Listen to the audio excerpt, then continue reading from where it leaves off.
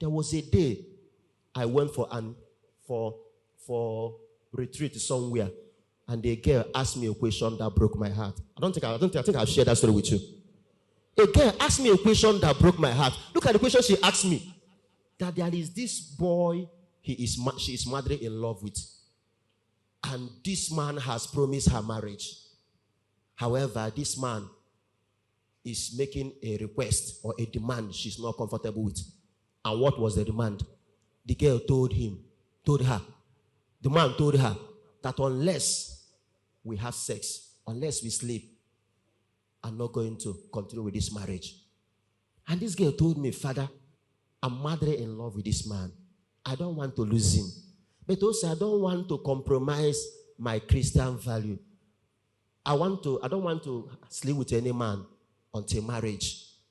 Now, what do you want me to do? I don't want to lose this man. I looked at this beautiful girl. So beautiful.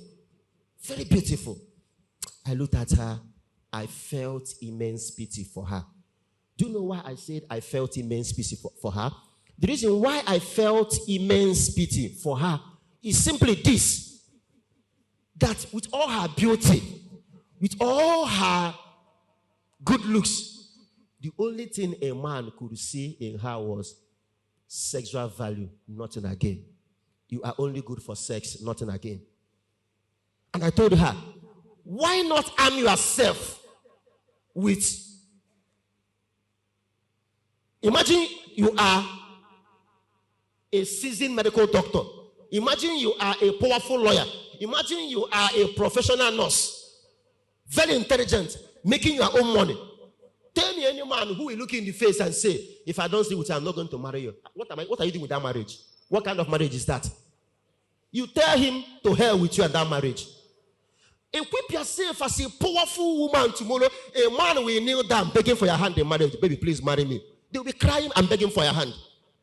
Unless you are seeking marriage as a ticket to financial freedom. That you marry a man in order to become wealthy. But if you dream of making your own money as a woman, begin now. So that no man will look you tomorrow and say, if I don't sleep with you, I'm not going to marry you. What it meant is that you are only good for sex, nothing again. But when you equip yourself, come out tomorrow as a vibrant medical doctor, calling the shot in hospitals. As a powerful lawyer, taking the courtroom by storm. As a business tycoon, flying private jet up and down. Tell me anyone who will look at you. Look at Chimamanda Adichie. There is no stage this woman has no grace in the world.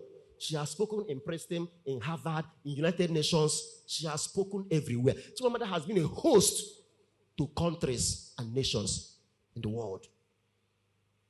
In fact, the husband of Chimamanda, if he wakes up every morning, he will thank God that he married Chimamanda Adichie. She makes her own money, and she's very influential. But if you don't make your own money, if you don't become successful tomorrow, you won't have a voice. A man will look you from head to toe and say, marrying you will be doing you a favor. And you start taking shit from men. They will start making demands that goes against your value because you have nothing for it. Prepare for the life you want to live tomorrow now. Take your study seriously. Don't be among the foolish virgins. Be among the wise one. Those in SS3, I want to read a letter, and I will conclude with that letter. If you're in SS3, pay attention to this letter. University professors wrote this letter to parents and school administrators. Pay attention. I will read this letter and we'll conclude. Look at the letter. The cry of a university lecturer. The cry of a university lecturer. Pay attention to this letter. All those in SS3 and those in SS2. Pay attention. I read.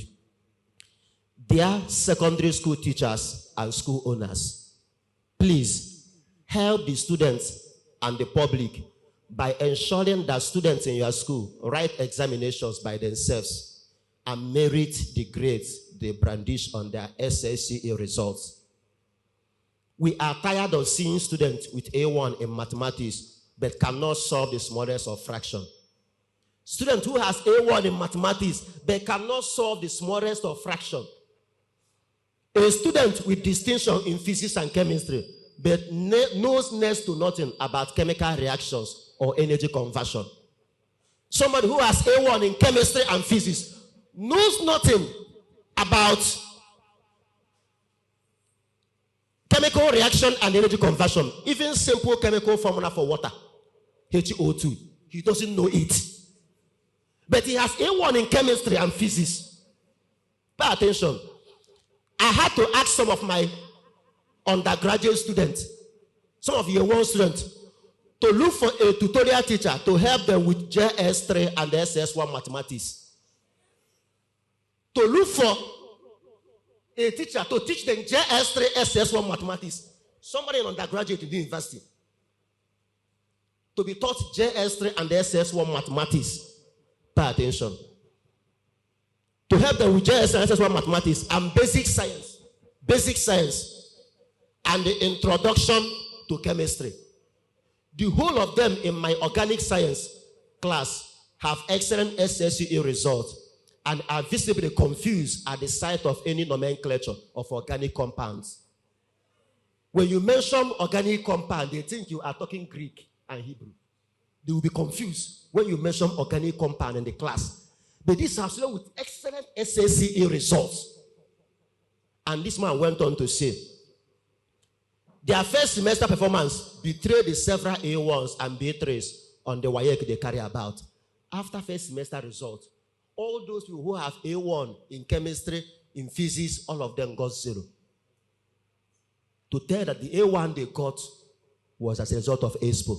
And then he went on to say, these students you help to acquire grades they can't defend are usually frustrated in the ivory tower. Save them a voyage of pain and regrets in the future by ensuring they are well tutored and allowed to prepare and write the examinations unaided. He went on to say, more so, the aftermath effects of all these examination malpractice are alarming. Some of these include sex for marks. Sex for marks. Today in the university, students fail exam because they know nothing. And they go to lecturers who will exploit them.